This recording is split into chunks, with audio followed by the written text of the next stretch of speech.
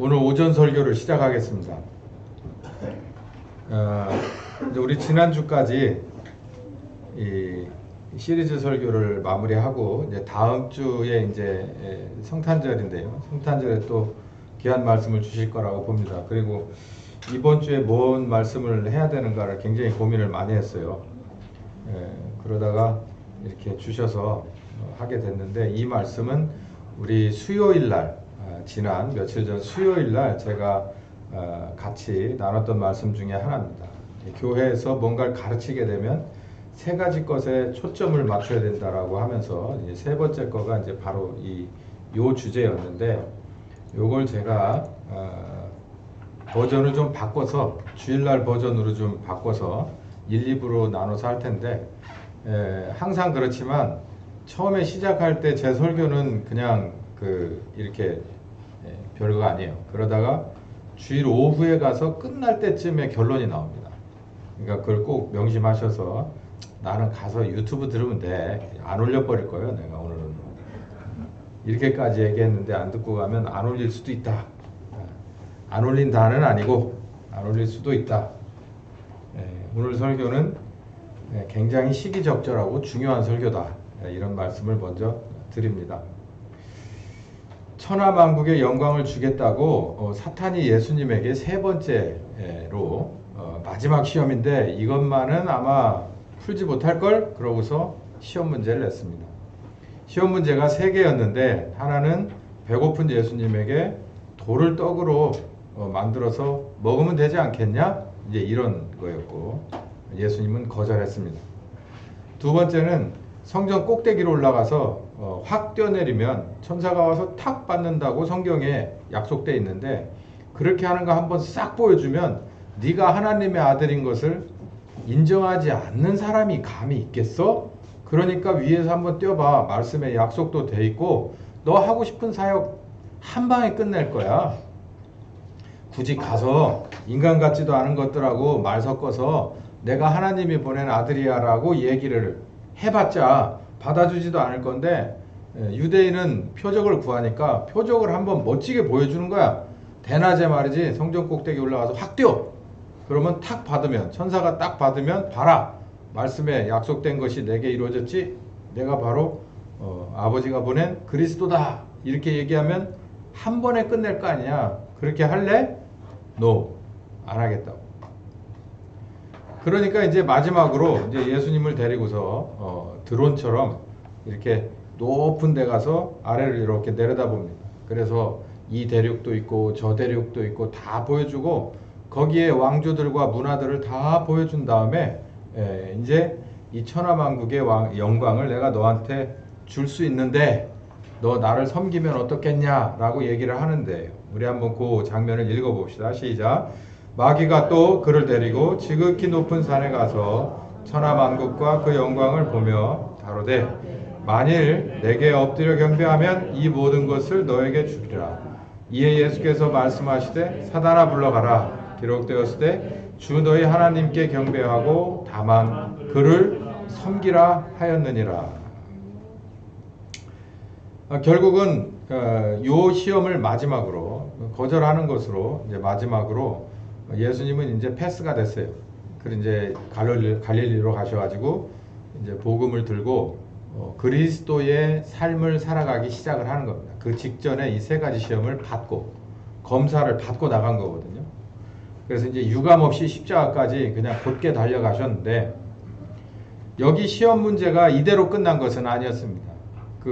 어딘가요? 그 패션 오브 크라이스트인가? 그 영화를 보면은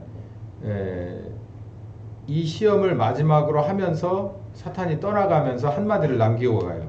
이게 끝이 아닐 거다. 그러고서 갑니다. 아주 의미 있는 그 얘기를 하나 하고 가는데, 진짜 끝이 아니었어요. 이거하고 비슷한 일이 예수님의 그 3년 반의 사역 가운데서 참 많았습니다.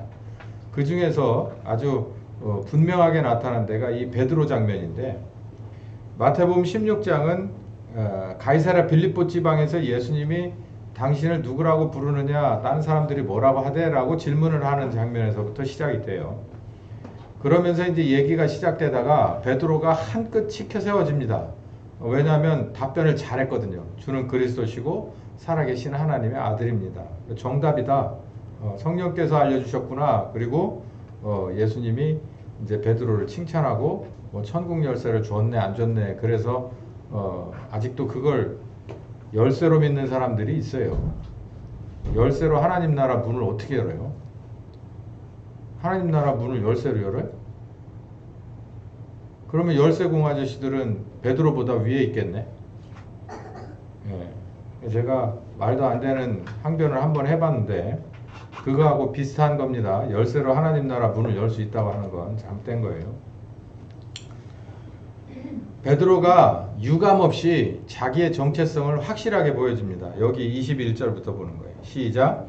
이때로부터 예수 그리스도께서 자기가 예루살렘에 올라가 장로들과 대제사장들과 서기관들에게 많은 고난을 받고 죽임을 당하고 제3일에 살아나야 할 것을 제자들에게 비로소 가르치시니 베드로가 톡 하고 나옵니다. 시작. 베드로가 예수를 붙들고 간하여 가로되 주여 그리 마옵소서 이 일이 결코 주에게 미치지 아니하리이다 라고 얘기합니다. 여기 보면 베드로가 그냥 인간적으로 볼 때, 상식적으로 볼 땐 할 소리를 했어요. 아, 이제 내가 십자가에 죽는 것으로 그리스도의 사역을 마감할 거다라고 얘기하니까 어느 누가 그러면 아, 박수 치면서 예수님 십자가 지실 날을 고대하고 있겠습니다. 이렇게 얘기할 제자가 어디 있겠어요. 우리가 인지상정으로 볼 때 베드로는 할 말을 한 거예요. 근데 예수님이 우리가 어떻게 보면 너무 과하다쉽게 거절을 해버리고 저주를 하는데 읽어봅시다. 23절. 예수께서 돌이키사 베드로에게 이르시되 사탄아 내 뒤로 물러가라. 너는 나를 넘어지게 하는 자로다. 네가 하나님의 일을 생각지 않고 도리어 사람의 일을 생각하게 한다 라고 얘기해요. 이 장면은 한두 번 정도 듣거나 읽거나 하셨을 거예요. 사탄이라고 얘기했습니다. 자기의 정말 사랑하는 제자, 바로 직전에 자기가 누군지를 정확히 맞춘 제자, 성령께서 쓰임을 받았던 그 제자에게 한 발자국 더 나가서는 이제 사탄이라고 얘기를 하는 거예요. 이 똑같은 장면이에요. 여기하고. 네가 하나님의 일 말고 사람의 일을 먼저 생각하게 한다. 그럼 모두 사탄이다라는 거예요. 이걸 보면은 우리 이걸 잘 생각해야 돼요. 뭐 여러 가지 말씀들이 수식되는 말씀이 있습니다만 이 말씀 가지고서 우리는 머릿속에서 이걸 생각해야 돼요. 아, 내게 가까운 사람이 사탄 짓을 할 때가 있겠구나라는 생각을 해야 돼요. 그러니까 막 배우자한테다 대고 네가 막 사탄이야 막 이렇게 얘기를 해보세요.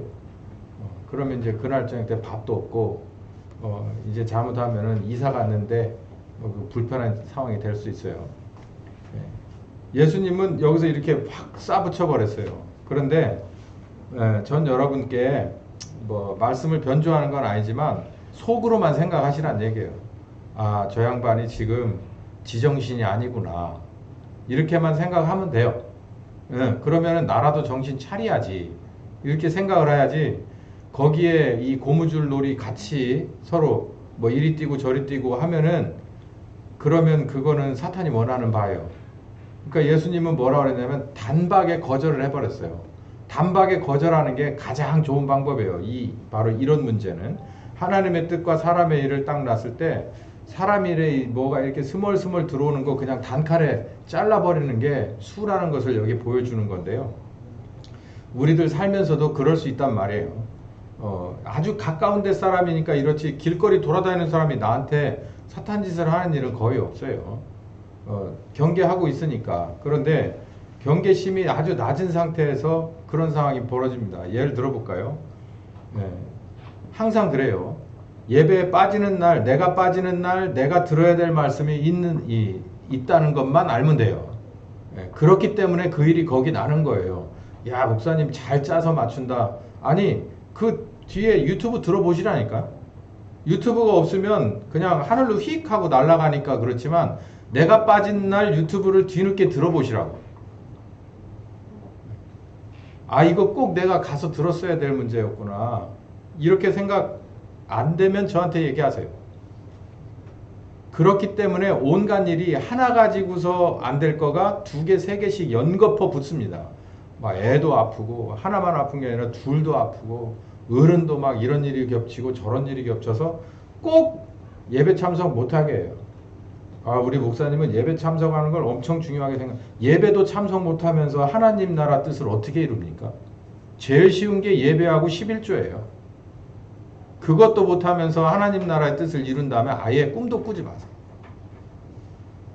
일주일 매일 나오라는 것도 아니고 주일날 하루 딱 와서 식사가 마련됐으니 예배드리며 식사하고 잠깐 있다 가십시오 하는 그것도 못해요?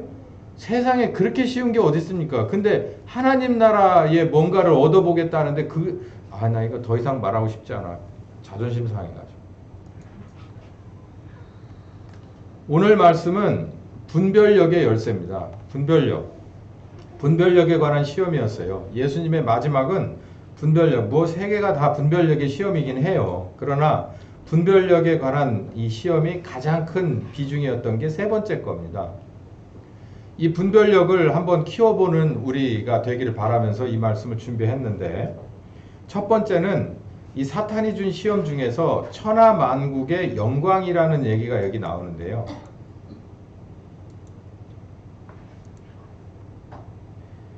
높은 산으로 가서, 그러니까 모든 나라와 민족과 그 문화권을 전부 한눈에 볼 수 있게끔 해주고, 천하만국의 그 영광이라고. 그러니까 우리 영광이라는 단어를, 이게 뭔가를 좀 잘 이렇게 확 눈에 안 오거든요.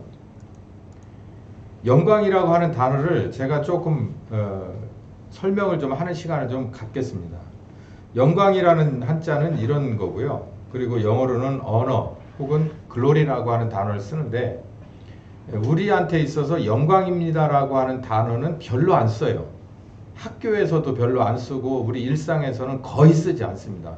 누가 그래요? 만나서 영광입니다 이렇게 인사하는 사람이 어디 있어요? 대한민국 사람 중에. 영광이란 단어는 사실상 교회에서만 써요. 교회에서만 쓰니까, 또 교회에서 많이 쓰면 이 영광이란 단어가 뭔지를 가르쳐 줘야 되는데, 이게 우리가 말하는 영광이라고 하는 이 한자어에 들어있는 빛나고 아름다운 영예다라고 하는 말과 이 성경에서 주로 나오는 이 영광이라는 얘기하고는 좀 다릅니다. 또 이 해석상의 차이가 있는데, 어떤 느낌이 다르냐면, 영광이라고 하면 우리는 어떻게 보냐면 주로 눈에 보이지 않는 것이에요. 그러니까 뭐 빛나고 아름답고 한 이런 것들을 말하는데, 이보다도 조금 더 나가서 영광이라고 하는 건 우리 삶 속에 다 들어있어요. 여러분이 가장 탐스러운 것이 영광입니다.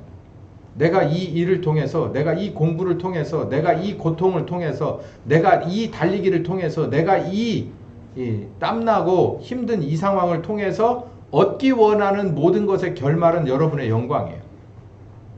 그 과정의 영광이란 말이에요. 그러니까 열매라고 보면 되죠. 그러니까 가장 빛나고 아름답고 탐스러운 것을 예수님에게 보여준 거예요. 창세기 3장 6절에 보면은 여자가 처음부터 선악과에 달린 그 열매를, 선악의 열매를 너무너무 탐했습니다. 탐스럽게 생각했어요. 그런데 그걸 아주 극대화해주고 손을 뻗을 만한 그런 자신감을 준 것은 사탄의 말이에요. 여기 읽어봅시다. 6절 시작. 여자가 그 나무를 본즉 먹음직하고 보암직하고 지혜롭게 할 만큼 탐스럽게 됐다. 그래서 손대 따먹고 지 남편도 주었다. 이 똑같은 시험을 예수님에게 마지막 시험 문제로 낸 겁니다. 그러니까 첫 번째 아담, 마지막 아담 이런 얘기를 하잖아요. 그 로마서에 가보면 첫 번째 아담은 실패를 했죠. 그래서 마지막 아담은 어떨까? 그랬더니 마지막 아담은 여지없이 그냥 단칼에 잘라버립니다. 사탄아 내게서 물러가라. 오직 하나님만 섬겨야지 뭔 소리 하는 거야. 그러고서 확 잘라버려요. 역시 마지막 아담은 첫 번째 아담과는 완벽하게 달랐습니다. 여러분들이 생각하는 영광은 여러분이 가장 원하는 것이에요. 이렇게 생각하시면 오늘 설교가 여기서 딱 끝날 수 있습니다. 여러분의 가장 원하는 영광이 하나님의 나라와 하나님의 뜻이길 바랍니다. 소리가 적어서 설교를 계속하겠습니다. 그게 100점이고 그러면 오늘 설교는 여기서 축도하며로 마무리가 되는 거예요. 그런데 이제 그게 안 되니까 오늘 분별력의 열쇠는 천하만국의 영광이라는 건 무엇인가 제가 살짝 설명을 드렸어요. 그걸 좀 더 자세히 좀 알아보고, 두 번째는 진짜 지 말대로 이 모든 영광의 주인이 나니까 내가 줄 수 있어 라고 했다는 말이 사실인가? 사탄이 이 영광을 주고 말고 할 수 있는 권한이 있겠는가 라는 거죠. 예. 그러니까 요 말씀 두 개만 알면 예수님께서 어떻게 해서 이걸 이기셨구나 라는 것을 알고 여러분도 분별해낼 수 있습니다. 오늘 분별력 이론편인데, 분별력은 이런 거예요. 요즘이야 그런 밥이 거의 없어요.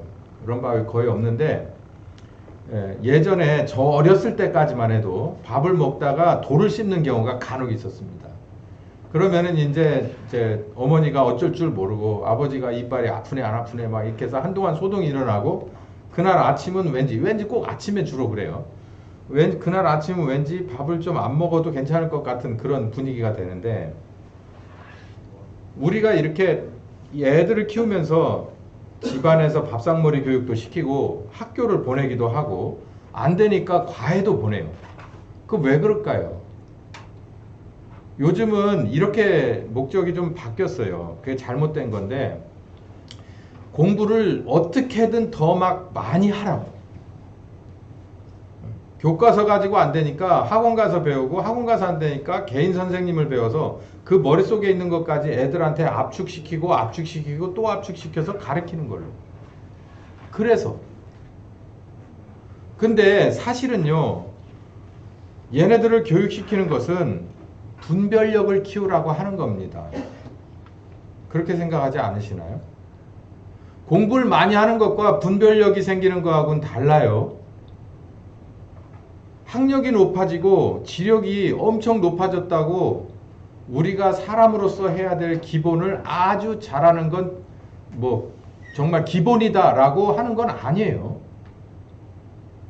교과 과정 중에서 점점 쇠약해가는 게 몇 가지 있어요. 예체능과 기본적 사람을 키우는 아마 바른생활 도덕일걸요.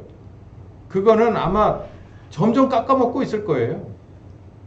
근데 우리 저기 새로 오신 분이 저기 계신데, 저분은요 청소 잘합니다. 힘을 다해서요. 끝까지 자기 힘이 다 떨어질 때까지 해요. 네? 그냥 그것만 다 해요. 시키면 시킨 대로, 버튼 눌러주는 대로, 어플 실행시켜주는 대로 다 해요. 근데 우리 모두가 저렇게 하나님이 원하는 대로 눌러주면 그대로 사는 사람이라면 정말 예수님이 십자가에 죽을 필요도 없고 그랬겠지요. 근데 사람을 저거보다 조금 더 생각할 수 있는 AI보다 조금 더 높은 수준으로 만들어놔서, 그리고 무엇을 주었기 때문에, 자유의지라고 하는 것을 주었기 때문에 문제가 생겨요. 그래서 당신이 직접 그 자유의지를 주신 그 책임감 때문에 십자가에 갈 수밖에는 없었어요. 우리 지금 공부하고 있어요. 분별력.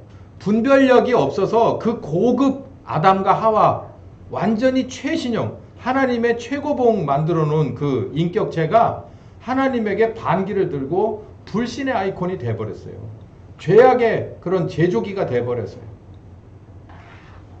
지금도 마찬가지예요. 우리에게 주시고자 하는 것은 예수님의 피값으로 우리를 거듭나게 해서 우리에게 주시고자 하는 것은 분별력이에요. 분별력. 지혜와 지식도 있어요. 근데 무엇을 위한 거냐면 분별력이에요. 아주 쉬운 거예요. 선악과는 먹지 마. 나머지 생명과실은 먹어.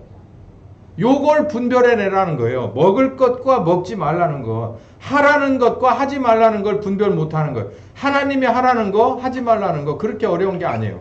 딱 한 가지만 하지 말라는데 그게 한대.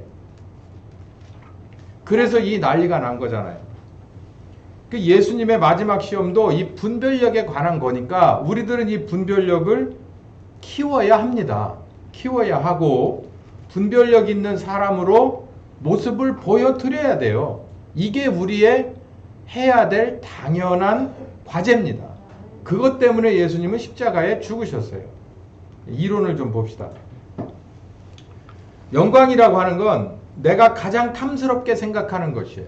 내가 가장 원하는 것이 영광입니다. 배고픈 사람에게 있어서 가장 큰 영광은 대전 시내에서 최고라고 하는 뷔페가 큰 영광일 거예요. 그것밖에 생각이 안 나. 예수님도 배고플 때 먹을 것밖에 생각 안 나셨을 거지만 그 시험을 이기셨어요. 무엇으로? 나는 하나님의 입에서 나오는 그 말씀을 먹고 사는 방법을 가르쳐 주겠다라는 거죠. 그러니까 그걸 넘어선 거예요. 두 번째, 우리가 원하는 가장 큰 영광, 아름다운 것을 원할 수 있어요. 빛나고 아름다운 것. 무엇이 빛나고 아름다울까? 빛나고 정말 빛나는 졸업장. 뭐 졸업장이라고 하니까 초등학교, 중학교 졸업장 말하는 게 아니라 대학교 졸업장이나 어디 대학원 학위증이나 이런 걸 말하는 거예요. 아니면 어느 자격증이나 어느 시험 합격증을 말하는 거죠. 그걸 영광이라고 생각할 수 있어요. 제가 말씀드리죠. 그게 우리가 생각하는 영광이에요. 우리가 생각하는. 자, 이 모든 영광, 우리가 생각하는 가장 탕스럽고 바라는 영광, 이 그림자 영광이 있고 영광에 진짜 영광이 있는데 이거를 분별해야 된다.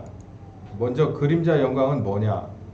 베드로전서 1장 24절에서 25절까지 이런 얘기를 했습니다. 읽어봅시다. 시작. 그러므로 모든 육체는 풀과 같고 그 모든 영광이 풀의 꽃과 같으니 풀은 마르고 꽃은 떨어지되 오직 주의 말씀은 세세토록 있도다 하였으니 너희에게 전한 복음이 곧 이 말씀이다 라고 얘기해요. 이 말씀이 조금 어렵습니다. 근데 이해하고 보면 굉장히 쉬운 말씀이에요. 이걸 어떻게 여러분에게 설명하는 게 가장 좋을까? 육체는 풀이고 그리고 영광이라고 하는 건 풀의 가장 아름다운 꽃을 말한다. 풀이라고 하니까 저 밭에 있는 잡초를 의미하게 되니까 그러지 말고 가장 좋은 나무라고 생각하죠. 가장 좋은 나무에 이렇게 피는 꽃과 같은 것이 영광이다라고 얘기를 하는데 베드로가 여기서 한마디로 일축해 버리는 것이 뭐냐면 풀은 마르고 꽃은 마르기 전에 꽃이 떨어져 버린다라는 굉장히 철학적인 얘기입니다. 근데 이거는 이 어린이나 청년들에게는 이 얘기가 이해가 되지 않죠. 근데 나이가 점점 먹어가면서 이 얘기가 무슨 얘기인지 압니다. 그런데도 못 버리는 건 뭐냐면 옛날이여를 못 버려요. 근데 그게 참 어리석은 게 뭐냐면 이미 지나간 건 돌아오지 않아요. 나이가 제가 생각할 때는 45쯤 넘어가기 시작하면 추억을 먹고 살아요. 서서히. 현실과 미래를 먹고 사는 게 아니라 점점점 이렇게 겹쳐요. 45세부터 나는 오늘부터 추억을 먹고 사는 건 아니고 전혀 추억을 안 먹던 사람이 10%, 20%, 30% 먹고 들어가서 제가 모르겠어요. 아직은 제가 더 먹어보진 않았는데 조금 더 먹으면 이제는 내일이 중요한 게 아니라 과거가 중요한 그런 삶을 살게 될 것 같아요. 추억을 먹고 사는 거예요. 어리석습니다. 베드로가 뭐라고 말하냐면 사람은 그렇게 봄, 여름, 가을, 겨울에 걸쳐서 가고 끝나는 것이다. 다시 오는 거 아니다. 근데 사람은 영적인 동물이라요. 뒤도 회상해 보고요. 그 뒤에서 내가 이렇게 했으면 하는 엉뚱한 생각을 해요. 다 쓸데없는 생각이에요. 중요한 건 오늘이고 내일이 중요한 거 남은 게 중요한데 지나간 걸 생각을 한단 말이에요. 근데 앞으로의 미래까지도 사실상은 육체요 풀이라서 마르고 떨어지게 된다라는 거죠. 이 안에는 우리들이 가장 소중하게 생각하는 것 중에 하나인 자녀도 마찬가지. 여기 키보드 전원 좀 꺼. 키보드 전원을 끄라.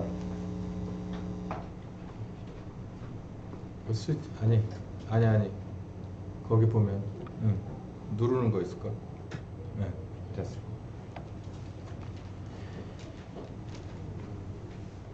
이 베드로는 정말 어부 출신인데 이런 말씀을 썼을까 할 정도로 굉장히 철학적이에요. 근데 이 성경 말씀을 이렇게 따라가다 보면 이런 얘기는 아주 기본입니다.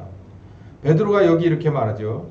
주의 말씀은 세세토록 있다.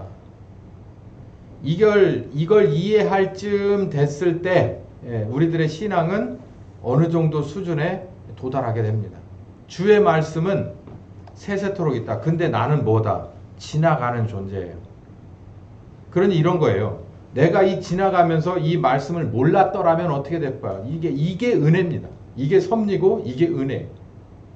말씀을 알게 됐을 때 이걸 알게 되는 거예요. 아, 육체와 영광은 풀의 꽃과 같다. 우리가 가장 사랑하는 존재인 애들도 그래요. 이게 사람이 철들어가는 것 같아요. 요만할 때 그리고 어느 정도 클 때는 제 주머니 속에 애들이 있습니다. 그땐 마냥 행복한 거예요. 근데 이것들이 점점 커가면서 이제는 사는 영역도 달라지고 추구하는 목적도 달라질 때 우리는 떠나보내야 된다는 걸 알아요. 그런데도 우리는 어디에 잡혀있다? 옛날에 잡혀있어요. 옛날에. 요만할 때 제 큰애하고 작은애를 머릿속에다 두고 지금을 바라본다고요. 이건 아주 잘못되는 거예요.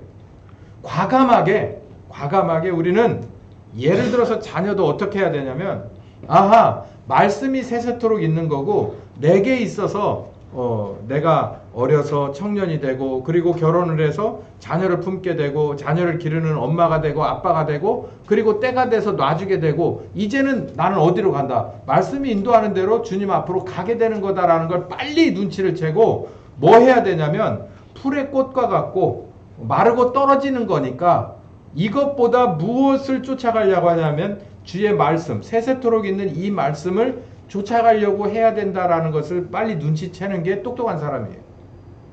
그게 하나님이 우리에게 원하시는 바이기도 하고요. 그러면 내가 그냥 놔버린 거라서 하나님이 어떻게 감당하지 않느냐? 아니요. 내가 놔야 하나님이 감당해요. 내가 놔야 하나님이 손대요. 네가 안 놓으면 내가 손을 못 대고 네가 놓으면 내가 받을게.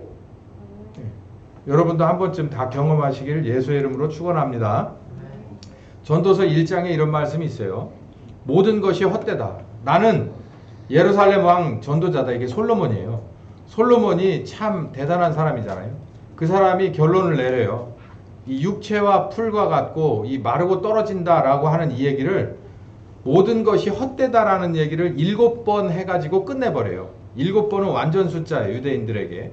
그래서 7번 반복했다는 게 나름 의미가 있고 의미가 없다 손치더라도 오죽했으면 7번을 반복했겠냐는 거예요. 해 아래서 수고하는 모든 수고 아무 소용없다. 왜 그러냐면 눈이라고 하는 것은 봐도 만족함이 없다. 귀는 들어도 차지 않아. 그리고 목구멍은 채워도 그 다음날 또 달라고 그래. 그러니까 만족함이 없고 피곤한 거다라고 한마디로 일축을 해버려요. 이게 육체와 그리고 꽃과 같고 마르고 떨어지는 것과 같은 것이에요. 우린 똑같이 삽니다. 그런데 우리가 무엇을 쫓아가냐면 그 뭐라 그럴까? 안개를 이 솔로몬의 말에 의하면 안개를 잡으려고 쫓아가는 존재들과 같다라는 얘기예요. 무엇을 가리켜서 여기 10절부터 읽어봅시다. 시작. 무엇을 가리켜 이르기를 보라 이것이 새거리라 할 것이 있으리야. 우리 오래전에도 이미 있었느니라. 이전 세대를 기억함이 없으니 장래 세대도 그 후 세대가 기억함이 없으리라. 이거 참 진짜 이 말씀을 제가 다시 형광펜으로 칠할 수밖에 없었어요. 그렇겠구나. 나는 이 우주가 나를 중심으로 돌아간다고 생각했는데 내가 지나가고 나면 나라고 하는 석자, 이름 석자도 전 두자네. 이름도 기억해 주는 사람이 없을 거다라는 거예요. 그렇게 우리는 살아왔다. 그게 사람이다. 이게 무슨 영광이라고요? 그림자 영광이라는 거죠. 뭡니까? 이 그림자 영광의 핵심 단어는 뜻은 무엇일까요? 유한하다라는 거예요. 그리고 완성이 되지 않는다는 거죠. 내가 쫓아가는 건 내 몸이 건강한 그 범위 안에서 완성되지 않는 걸. 그러니까 솔로몬이 아주 좋은 비유를 했어요. 안개를 쫓아가려고 하는 거야. 안개를 잡으려고 쫓아다니는 것과 같다. 그냥 바람 불면 한 번에 없어질 안개를 쫓아간다. 자, 그러면 실제 영광은 뭐냐? 성경에선 실제 영광을 뭐라고 말하냐라고 얘기하니까 다시 여기 지금 우리 본문으로 돌아와서 봅시다. 사탄이 예수님을 데리고 높은 곳에 가서 천하만국의 그 영광을 보여줬다는데 이 영광을 보여준 것은 아마도 예수님의 인성에 호소하는 그림자 영광이었을 것이다 라고 얘기를 하는 거예요. 제가 지금 말하는 요지가. 예? 사탄이 보여주는 건 그것밖에 없어요. 사탄이 보여줄 수 있는 건 그것밖에 없어. 근데 예수님은 어떤 영광을 보고 그 그림자 영광을 한 번에 헛되다라고 일축해버렸냐면 바로 이겁니다. 창세기 1장에 보면 태초에 하나님이 천지를 창조했어요. 땅이 혼돈하고 공허했어요. 흑암이 깊음 위에 있었고 하나님께서는 수면에 운행했어요. 여기 보면 제가 형광펜을 칠해놨죠. 흑암이 깊음 위에 있다. 이게 무슨 말일까요? 빛이 없으니까 어두워도 그냥 적당히 어두운 게 아니라 너무너무 어둡다는 얘기예요. 그냥 말할 수 없을 만한 캄캄한 어둠, 극한 어둠이야. 극한 어둠. 그리고 여기는 어둠뿐만 아니라요, 공허와 혼돈이 있어요. 이게 그리스도를 만나지 못한 인생은 그 지위 여하 막론하고 자기의 그 배우고 못 배우고를 떠나서 이 사람의 철학적인 인지력이 있고 없고를 떠나서 땅이 혼돈하고 공허하듯이 사람도 똑같습니다. 혼돈스럽고 공허해요. 혼돈이라는 건 뒤죽박죽 됐는데 적당히 어질러 놓은 게 아니라 이건 도대체 어디서부터 어떻게 수습을 해야 될지 모르는 것을 이 성경에서 나오는 카오스, 이 혼돈이에요. 혼돈. 그리고 공허라고 하는 건 이게 정말 희망이 없는 거예요. 공허하다 그러잖아요. 정말 답이 없어 라고 얘기하는 거예요. 이거는 정말 그러니까 답이 없어 라고 한다면 낙담되고 좌절되고 그 다음엔 포기가 되겠죠. 그런 상황이었다라는 거예요. 태초에 이 세상이. 그 세상에 빛이 있으라고 했어요. 그러니까 빛이 없는 세상, 곧 뭐다? 혼돈의 도가니 속에서 비춰지는 빛입니다. 이게 진짜 영광이에요. 너무 어렵죠. 근데 그래도 이렇게밖에 말씀드릴 수가 없어요. 흑암이 꽉 차 있고 혼돈되어서 희망을 찾아보니 희망이 전혀 없어요. 그래서 포기하고 그냥 주저앉아 버렸는데 어디선가 빛이 이렇게 들어와요. 그게 진짜 영광이란 말이에요. 그게 영광. 그건 하나님 자체가 영광이에요. 영광. 그러니까 우리가 참 이 좋은 게 복음이고 이게 우리들에게 있어서는 정말 이 해결인데 이걸 잘 몰라요. 그래서 하나님에 관한 것을 가르쳐주고 이렇게 할 때 사람들은 대부분 모릅니다. 모르는데 여기처럼 요한복음 1장처럼 빛이 어두움에서 비쳤습니다. 그런데 어두움이 깨닫지 못해요. 알아듣지 못해요. 느끼지 못해. 보지 못해. 이게 뭔가라고 이해하지 못해. 그 안에 뭐가 들었어요? 생명이 들었답니다. 어두움의 세상, 생명이 없는 이 세상에 비춰지는 생명. 그러니까 이 혼돈의 이 어둠 속에 좌절된 곳에 비춰지는 빛이고 그곳에 들어가 있는 생명을 말하는 거예요. 이게 곧 진짜 영광이라는 거예요. 이게 성경이 말하고 있는 그리고 예수님이 바라본 영광이라는 거예요. 어두움에 비친 생명. 생명은 얼마나 소중합니까, 여러분 그 영안실 가면 왠지 물론 뭐 차갑게 해놨기도 했지만 영안실은 이 느낌 자체가 막 좀 뭐 이렇게 민감하지 않은 분들도 썩 좋지 않잖아요. 그런데 애들이 막 북적거리는 어린이집 앞에 가서 와글와글 나는 소리를 한번 들어보세요. 그럼 확 달라져요. 그 분위기하고 그 분위기는 말이 아니에요, 이건. 예? 이 영안실에 이렇게 쭉 여러 구 이렇게 들어있는 데를 이렇게 지나가다 한번 보시라고요. 그리고 그 앞에 갈까 말까 하고 이만큼 앞에 가봐요. 그 느낌과 어린이집 가서 내 아들, 내 딸을 찾으러 갔을 때 그 느낌과 어떻게 다르냐고요. 우리는 영광이 무언지를 예수님처럼 보는 사람들이 돼야 됩니다. 우리가 생각하는 풀과 그리고 거기에 매달리는 잠깐 있다 없어질 그걸 영광이라고 쫓아다니면 결국은 말라지고 떨어지게 돼요. 그런데 이 어두움 가운데 비춰지는 한 줄기 빛과 그리고 생명이 없는 곳에 펴지는 생명이 이게 얼마나 큰 영광입니까? 이걸 바라보는 거예요.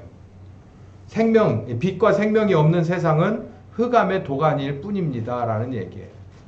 제가 요 다음으로 넘어가기 전에 요 얘기를 하나 하겠습니다.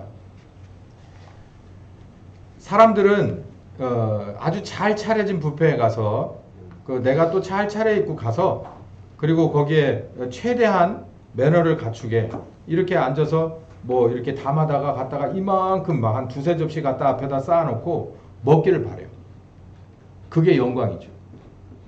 연말 회식 우리 그렇게 합시다. 그래가지고 어디 좋은 데 가서 정말 그게 딱 맞는 옷차림으로 거기에 맞는 말투로 거기에 맞는 그런 예법으로 식사를 가져다가 아니면은 대접을 받으면서 거기에서 내가 주인공이 돼서 그 좋은 것들을 내가 먹고 즐기고 수다 떨고 이렇게 하기를 원해요.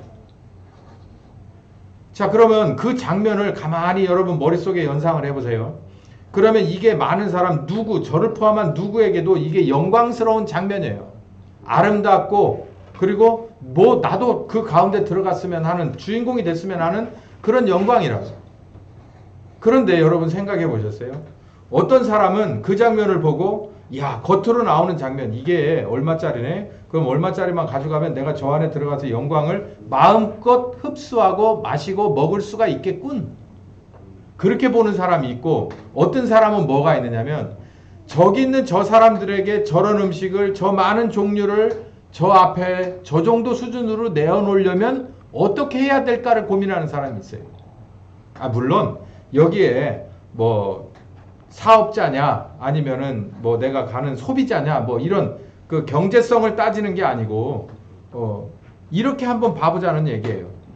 그 좋은 상을 좋은 장소에서 깨끗하게 정돈되고 아주 좋은 매너를 가지고 영광 속에 어느 한 사람을 묻히게 해주려고 한다면 그 몇 사람이 거기에 동원이 돼서 그 사람의 그 영광을 돌봐줘야 되겠습니까?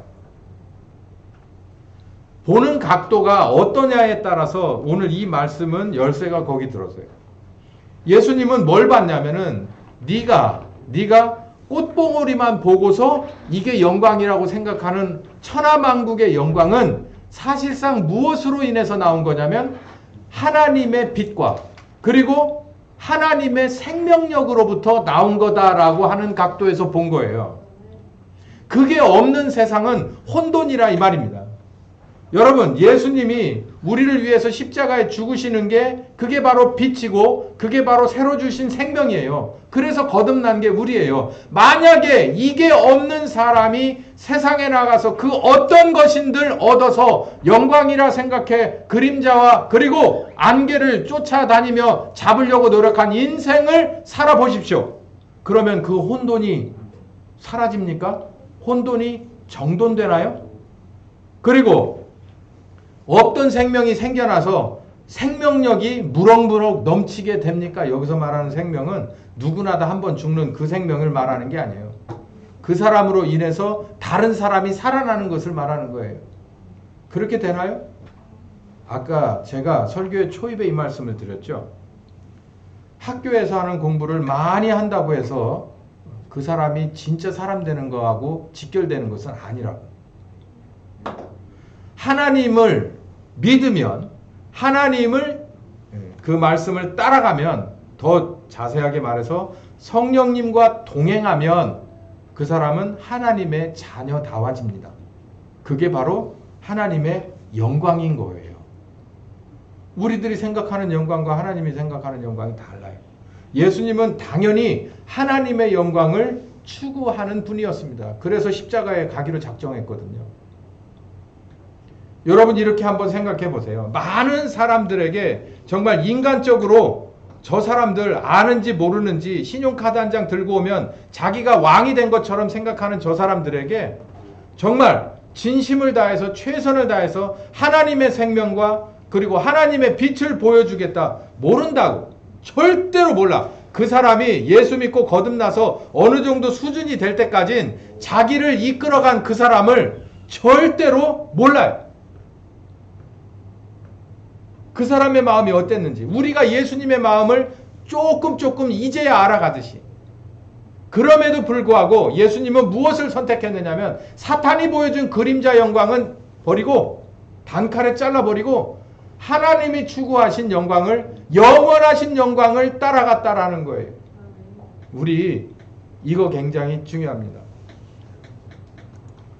여기까지만 하고 오늘 이제 식사를 할 텐데 자 그러면 이거 아주 중요한 얘기거든요.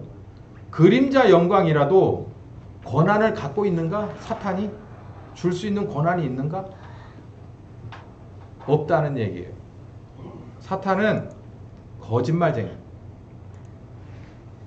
그림자 영광 많은 사람들이 차려놓은 밥상 많은 사람들이 꾸며놓은 좋은 곳 정말 많은 사람들이 쳐다봐주는 그런 주목받는 삶 그곳에 내가 주인공이 되는 그게 그림자 영광의 한 장면이라면 그것을 또한 줄 수 있느냐라는 거예요. 그렇지 못합니다. 태초에 하나님이 천지를 창조했어요. 근데 하나님이 창조했는데 이 권한을 누구한테 양도를 해? 사탄한테 양도하지 않았어요. 근데 사탄은 지 거라고 얘기해요. 그러니까 거짓말쟁이라고 얘기하는 거예요. 하나님이 세상을 만들었으면 하나님이 주인이에요. 여러분이 어디 가서 진짜 자갈론이라도 한 떼기를 샀어요. 그러면 여러분 앞으로 법원 등기를 했어요. 그러면 여러분이 소유권 행사를 합니다. 누군가가 들어가서 거기서 농사를 짓다가 발각이 됐어요. 그러면 가서 어이구야 나 대신 농사 잘 짓네. 그러고 내비두실 분이 있어요? 이게 도대체 어떻게 된 일입니까? 라고 동네 내려가서 물어볼 거 아니에요. 누구도 내가 허락한 적이 없는데 왜 저기 와가지고 저렇게 뭐를 내놓고 저렇게 자기 돈인 양 저렇게 하는지 모르겠네? 그러고 안 되면 경찰에 신고할 거 아니에요. 하나님이 세상을 만들었어요. 그 소유권을 넘긴 적이 없다고. 근데 사탄은 지 거래. 아니 자기 거여야 줄 수가 있는 거지. 자기 거여야. 세상이 자기 거냐고. 아니라니까. 세상은 사탄의 것이 아니에요. 공중권세를 잡고 있을 뿐이지 세상이 자기 거가 아니에요. 세상을 시작하고 끝내는 건 누구의 몫입니까? 하나님의 몫이에요. 사람을 시작하고 끝내는 건 누구의 몫이에요? 하나님의 몫이에요. 그런데 지가 할 수 있대요. 근데 왜 믿어? 수도 없이 반복될 말. 그런데 왜 거짓말에 왜 속아? 말씀이 이렇게 정확한데 거짓말인 줄 알면서 속아. 그러면 한패요? 두 번째, 천지 만물을 다 이루니라. 다시 한번 얘기했어요. 여기 보니까 창조하기 시작했는데 여기 보니 다 이루었대. 그러니까 처음부터 끝까지 다 만들었다는 거예요. 완성 지었다는 거예요. 요 마침표 찍었어요. 일곱째 날이니 다 함으로 일곱째 날에 안식했다. 마침표. 방점을 딱 찍었다는 얘기예요. 세상의 창조를 끝냈다 이 말이에요. 그러니까 사탄이 줄 수 있는 권한은 없어요. 뭐 할 수 있는 권한은 있느냐면 뭐 할 수 있는 권한이 아니라 뭐 할 수밖에 없느냐면 하나님의 것을 약탈할 수밖에는 없어요. 그러니까 하나님이 가장 소중하게 생각하는 아주 약점 중에 약점, 그 틈이 어디냐를 봐서 하와를 쑤시고 들어간 거지. 우리 이거는 정확하게 하셔야 돼요. 하나님이 모든 주권 갖고 있습니다. 할렐루야. 예? 그러니까 이제는 속으면은 안 돼요. 속으면 그거는 나 한 사람이 속은 내 문제가 되는 거지 하나님의 주권과 연결되는 건 아니라는 걸 명심해야 돼요. 속은 나만 바보가 되는 거고 그 대가를 내가 다 치러야 되는데 그나마도 예수님이 한 번 치러줬으니까 두 번까지 치러달라고는 하지 말라고.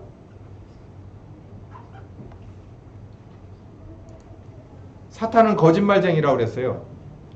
계시록 12장에 읽어봅시다. 시작. 큰 용이 내어 쫓기니 옛 뱀 곧 마귀라고도 하고 사탄이라고도 하는 온 천하를 꿰는 자라. 땅으로 내어 쫓겼다. 여기 옛 뱀이라고 하니까 창세기 3장에 나오는 뱀, 그 뱀 말하는구나. 딱 눈치채야죠. 이게 마귀라고도 하는데 사탄이라고도 하는데 이 어떻게 뭐라고 부르든 간에 이 정체는 뭐다? 천하를 하늘에서 이 땅까지를 그 중간에 있는 것들을 뭐하는 미혹하는 꿰는 낚시질하는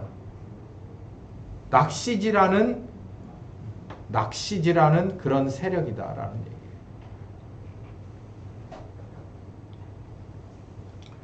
그러니까 사탄은 거짓말쟁이에요. 애초에 시작부터가 거짓말쟁이에요. 거짓말. 그러니까 진짜 사실과 거짓말이 우리 안에는 굉장히 혼재해 있는데 아주 중요한 때 뭐가 오느냐면 거짓말이 들어와요.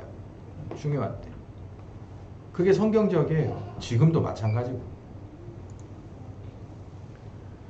마태복음 28장 19에서 20절 보면 하늘과 땅의 권세를 모두 내게 주셨다. 이거 바로 예수님을 말하거든요. 예수님이 말하는 마지막 말씀이에요. 하늘과 땅의 모든 권세를 주셨다. 가만히 봐요. 하늘과 땅, 그러니까 여기 하늘과 땅이 한번 나오는데 봤더니 여기 하늘과 땅, 천하.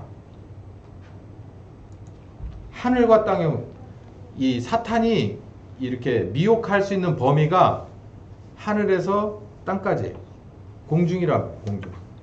이 안에를 미혹을 하는데 그 안에 사람도 들어가요. 근데 하늘과 땅의 모든 권세는 또 누가 가지신 거예요? 예수님이 가졌네. 그러니까 여러분 선택하셔야 돼요. 우리가 여기 살아가면서 두 가지 것이 우리들 앞에 항상 와. 그러니까 분별력을 키워야 되는 거예요. 하나님의 아들 십자가 지고 부활하신 그리고 다시 오실 그 예수님이 권세를 가지고 있으셔서 그 예수님의 권세로 말미암은 것이 내 앞에 있고 그리고 이 권세를 무마하고 오염시키고 그리고 좌절시켜 버리려고 오는 거짓말도 같이 따라온단 말이에요. 그러니까 이 말씀을 들을 때도 마찬가지예요. 제가 성경 말씀을 얘기하잖아요. 제 얘기를 하라는 게 아니라 성경 말씀을 여러분 정말 아무것도 모르는 분이라도 국어만 아는 분이라면 이 정도면은 다 앞뒤 맞게끔 늘 말씀드리잖아요. 그런데 우리 마음속에 뭐가 와? 불신이 오면 그거는 이 공중권세 잡은 자가 와가지고 자꾸 옆에 쑤셔대는 거예요. 아니 사실인데 사실이 전해지는데 그 사실을 딴 생각을 자꾸 집어넣어 주는 거예요. 그거는 지정신이 아닌 거지. 딴 데서 오는 거예요. 계시록 5장을 보면 여기 보면 어떤 책 하나가 나오는데 이 책은 뭐냐면 이 세상에 끝낼 때 수순입니다. 마지막 수순은 이렇게 시작해서 이렇게 끝내라라고 하는 하나님이 제가 아까 말씀드렸죠. 하나님이 만든 세상이니까 시작도 끝도 당신의 권한이에요. 그러니까 끝낼 때 이런 식으로 끝낸다라고 하는 이런 밀봉된 책이 있어요. 봉인된 책이. 그거를 누구한테 주는, 이 책을 누구한테 주느냐는 이거하고 똑같아요. 건축사가 설계를 해서 이거 깨끗하게 봉해가지고 누구를 주게 돼요. 설계사가 줘가지고 그 다 봉인한 것을 누굴 줍니까? 공사 현장 사무실 소장을 줄 거 아니에요. 그거 받아다 주면 소장이 쫙 펴놓고 사람들을 불러서 일을 맡기게 될 거 아니에요. 그것처럼 아버지 하나님이 그 책을 가졌는데 자, 이 책을 받을 만한 자가 누구냐 하니까 아무도 못 나와. 그래가지고 요한이 막 안타까워하고 있는데 조용해봐 이제 나올 거야. 그런데 한 분이 나오시는데 그게 예수님이라는 거예요. 그래서 아버지 하나님이 누굴 줬다? 아들에게 그 책을 줬다. 그러니까 그 아들이 한 본 해서 챕터 1, 챕터 2, 챕터 3 뜯어내는 장면이 계시록에 나오죠. 보세요. 모든 권한 가지셨네. 그 말씀이 맞잖아요. 계시록에. 물론 믿고 안 믿고의 차이도 있습니다. 뭐 그거는 이제 본인의 자유죠. 그게 바로 신앙의 자유니까. 본인의 자유긴 하죠. 그런데 분명한 거 한 가지는 사탄에게 권한이 없다는 거고 그리고 사탄은 성경에 나온 아주 오래된 묻고 묵은 거짓말쟁이라는 거. 그러니까 사람들은 우리는 의인으로 태어나질 않고 의인이었다 죄인인 게 아니라 죄인으로 태어나서 지금까지 왔기 때문에 우리가 거듭났다 손치더라도 우리 속에 남아있는 습관과 그림자가 꽤 많은데 그러니까 그 틈을 누가 노리고 들어오냐면 사탄이 노리고 들어와서 영광을 무엇으로 보게 한다는 거예요. 떨어질 영광, 늙어질 영광, 쇠해질 영광, 떠날 영광을 진짜 양 거기에다가 내 마음도 쏟고 내 정신도 쏟고 내 시간도 쏟게끔 한단 말이에요. 그러지 말고 진짜 영광을 향해서 달려가라는 얘기예요. 그게 바로 세 번째 시험인 겁니다. 이 모든 것을 나에게 경배하면 줄게. 야, 네가 줄 수 있는 권한도 없으면서 그리고 네가 생각하는 그 영광은 하나님의 영광과는 달라. 그리고 진짜 그게 영광이라 하더라도 그 영광은 굉장히 유한한 거야. 네가 나이를 몇을 사냐? 100살도 못 사는데 그 안에서 무슨 영광? 그러나 앞으로 영원히 살아야 될 네 그 상황은 어떻게 할 거냐는 거예요. 성경을 읽어보면 예수님이 그 얘기를 직접적으로 많이 했죠. 분별력 이론이 이제 거의 끝나가요. 여기서 이제 정리를 한번 해볼게요.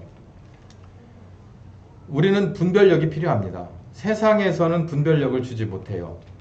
하나님 안에서 주시는 지혜와 이 말씀만이 우리에게 분별력을 제공합니다. 이건 어디서도 통용되냐면 하나님 나라뿐만 아니라 이 세상에서도 정확한 분별력을 소통이 되는 거예요. 그런데 예수님께서는 무엇을 바라봤냐면 사탄이 보여주는 영광을 자기가 추구해야 될 영광이라 생각하지 않았어요. 원래 하나님이 바라시는 그 영광을 따라가기를 작정했어요. 그리고 하나님만 섬기기로 작정했습니다. 그리고 결단하고 잘라내버려 버렸어요. 제가 여기에는 제가 인용하진 않았는데요. 이 말씀 끝난 다음에 바로 어떤 말씀이 딱 따라 붙느냐면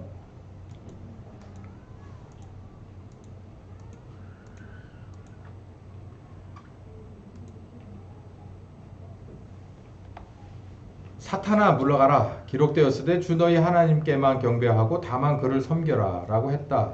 11절에 무슨 말씀이 있느냐면 이에 사탄은 떠나가고 천사가 수종들더라 그랬어요.